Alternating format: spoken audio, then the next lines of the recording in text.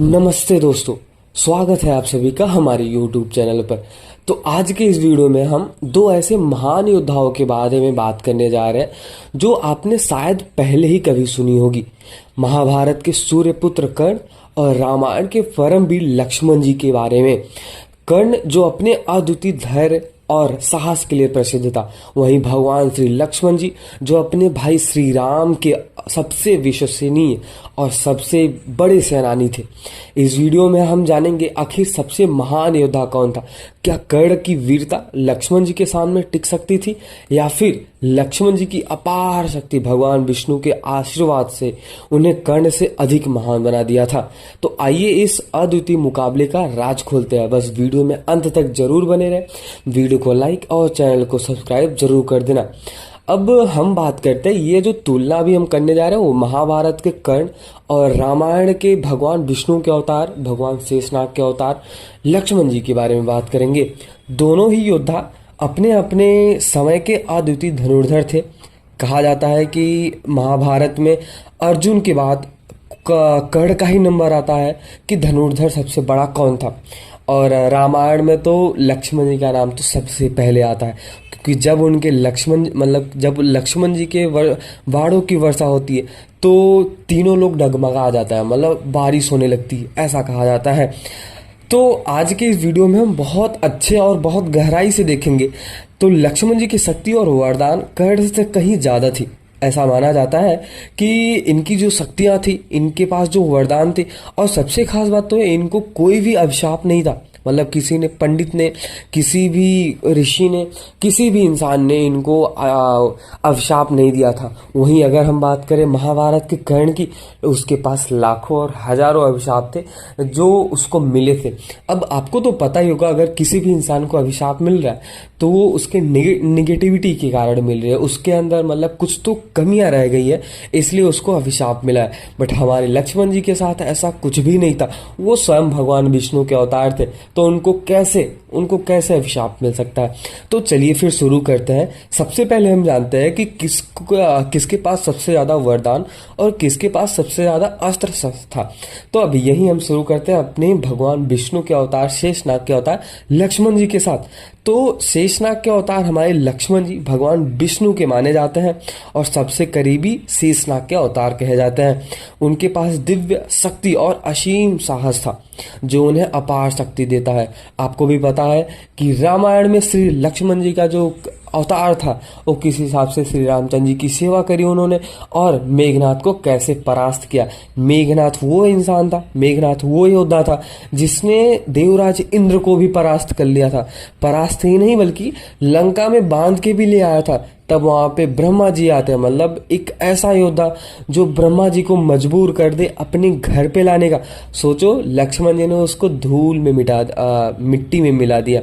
सोचो लक्ष्मण जी के पास कितनी शक्तियां थी। इंद्र से प्राप्त अस्त्र, लक्ष्मण जी को इंद्र से कई ऐसे दिव्यास्त्र प्राप्त थे, जैसे इंद्रास्त्र और पाशुपतास्त्र, जिनके प्रयोग से उन्होंने युद्ध में किया। अब ये जो इंद्र द्वारा दिए गए अस्त्र शस्त्र थे, ऋषि मुनि द्वारा अस्त्र शस्त्र दिए गए थे, वो इतने ताकतवर थे कि अगर किसी भी योद्धा के ऊपर एक बार अगर छोड़ दो तो योद्धा मतलब खत्म ही है, मतलब वो अपनी आखिरी सांसें ही गिनेगा। अब हम बात करेंगे ब्रह्मास्त्र के बारे में। अब आपको तो पता ही है ब्रह्मास्त्र की ताकत क्या है, और वो भी भगवान लक्ष्मण जी के पास। तो आपको ये सोच के सबसे ज्यादा हैरानी होगी कि हर कोई ब्रह्मास्त्र चलाता है जीतने के लिए, बट अपने जो लक्ष्मण जी है, श्री रामचंद्र जी है, वो ब्रह्मास्त्र ऐसे नहीं चलाते हैं कि मैं इसके ऊपर हावी हो जाऊं या फिर जीत जाऊं। वो ब्रह्मास्त्र तब चलाते हैं जब उनको ब्रह्मा जी की याद आती है या फिर उनको जब पूजना होता है, तब वो कभी भी ऐसे ब्रह्मास्त्र नहीं चला देते हैं। जब आपने भी रामायण में देखा होगा, मेघनाथ क्या करता था कि वो कुछ टाइम पे ब्रह्मास्त्र चला देता था ताकि लक्ष्मण जी को मूर्छा हो जाए या फिर वो मूर्छित हो जाए या फिर वो मारे जा सके। लेकिन वहाँ पे लक्ष्मण जी क्या करते थे, ब्रह्मा जी की जो ब्रह्मास्त्र आती थी उसको नमस्कार करके वापस भेज देते थे। तो उनके अंदर ये ताकत थी। फिर जब मेघनाथ वापस जाता है रावण के पास, तो वो बताता है कि लक्ष्मण कोई आम इंसान नहीं है, वो भगवान महादेव मतलब भगवान विष्णु, भगवान शेषनाग का अवतारी है। क्योंकि जब मैं उनको ब्रह्मास्त्र छोड़ता हूँ तो ब्रह्मा जी स्वयं जाके उनको नमस्कार करते हैं।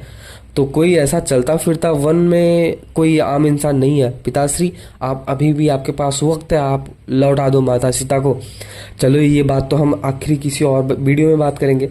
तो अभी हम बात करते हैं अविचलित भक्ति। अब आपको तो पता ही होगा लक्ष्मण जी की जो भक्ति थी, उनकी श्री राम के प्रति अटूट भक्ति और निष्ठा थी। क्योंकि लक्ष्मण जी और राम जी मतलब अगर हम श्री राम का नाम ले रहे हो तब वहां पे आप लक्ष्मण जी का नाम ले रहे हो, अगर लक्ष्मण जी का नाम ले रहे हो तो वहां पे आप श्री राम का नाम ले रहे हो। उनकी दोनों की जो भक्ति थी, कहा जाता है लक्ष्मण जी अपने बड़े भाई मतलब बड़े भाई तो कम मानते थे, वो उनको पिता, वो उनको गुरु, वो उनको एज अ भाई के साथ ये तीनों दर्जा देते थे। तो उनकी जो भक्ति थी, उनकी जो निष्ठा थी अपने भाई के प्रति, वो महान बताई जाती है। महान ही नहीं मतलब मुझे नहीं लगता कोई कलयुग में ऐसा भी कर पाता होगा, बट लक्ष्मण जी के जैसा आज तक ना कोई पैदा हुआ है ना कोई पैदा हो पाएगा। तो उनके समक्ष मतलब इतना भक्ति, इतना निष्ठा था कि शायद ही कोई और होगा।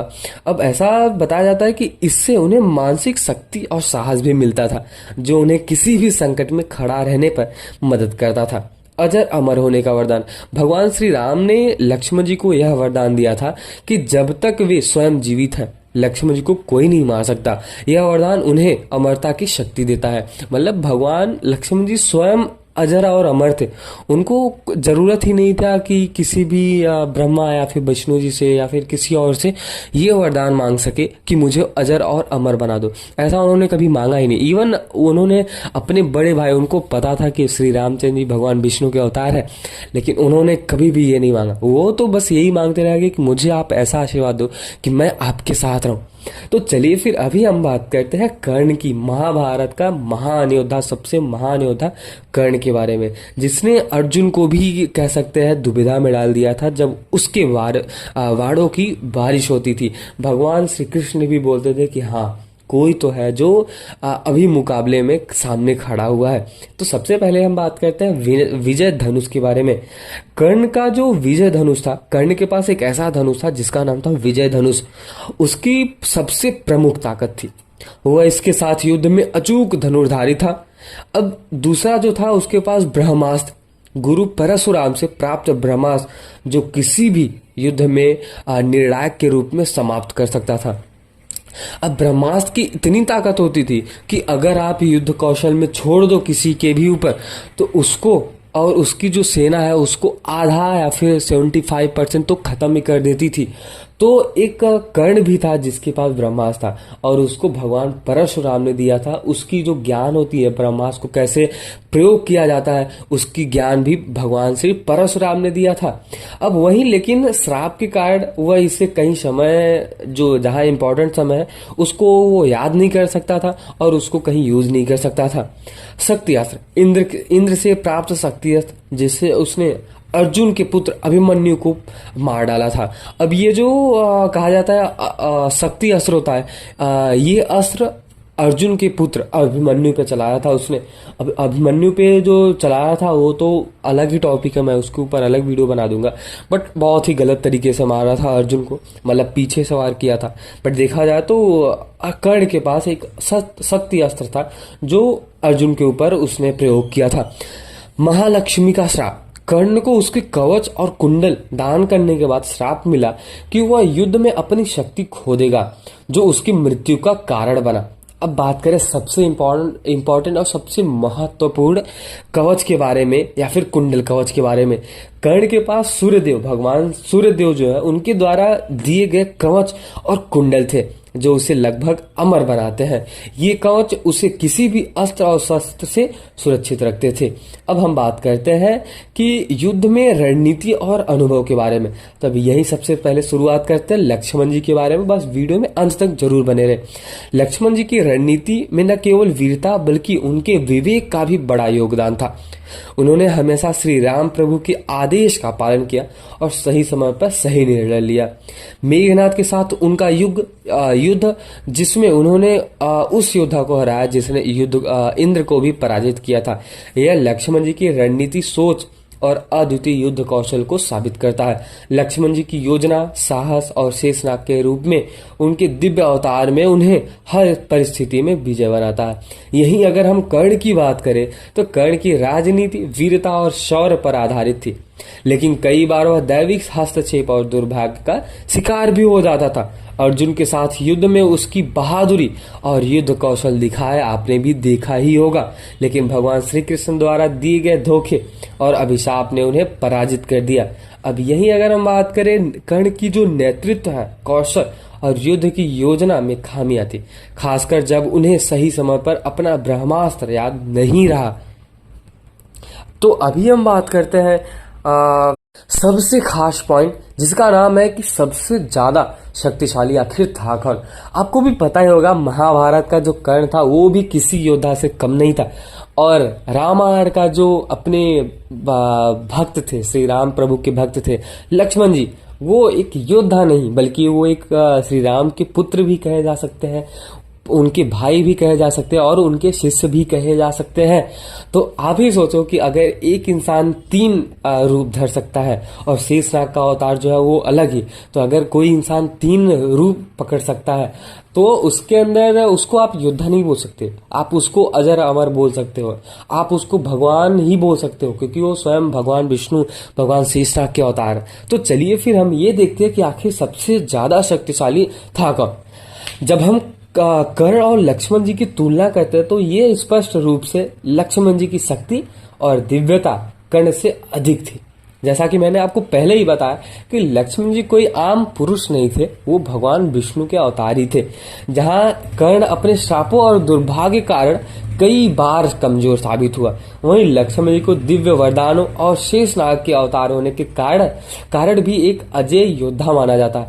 ऐसा भी कहा जाता है कि भगवान श्री लक्ष्मण जी वो स्वयं भगवान के अवतार थे, बट उन्होंने कभी भी ऐसा नहीं सोचा, कभी भी ऐसा नहीं देखा, उनको भी ये चीज पता थी, श्री राम और श्री लक्ष्मण जी को, या फिर वहां तक कि सबको पता ही था कि ये लोग आम पुरुष नहीं है, उनको ये चीज पता थी, बट फिर भी उन्होंने कभी भी उसका दुरुपयोग नहीं किया। उनको जब वन में जाना होता था तो वन में वो गए। अब यही सोचो कि अगर वो लोग वन में गए, उनको कांटे भी लग रहे, उनको पत्थर भी लग रहे, अगर वो यही चाहते तो अपनी क्षमता, अपनी माया दिखा के पूरे वनवास को बहुत ही सरल और सुगम कर सकते थे, बट उन्होंने ऐसा कुछ नहीं किया। उन्होंने एक आम जीवन, मतलब जो पुरुष होते हैं, नॉर्मल इंसान होते हैं, उनकी तरफ जिया।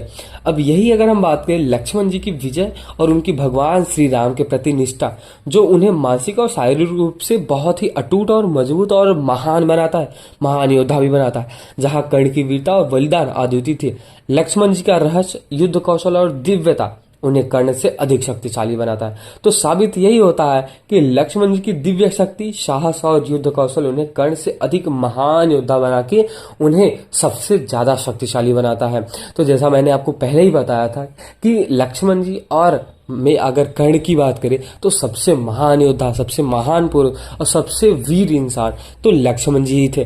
तो अगर आपको ये वीडियो अच्छा लगा हो, तो अगर आपको ये वीडियो इंटरेस्टिंग लगा हो तो वीडियो को लाइक और चैनल को सब्सक्राइब जरूर कर देना। अगर आप वीडियो को सब्सक्राइब करते हैं तो मेरी वीडियो सबसे पहले आपके पास पहुंचेगी।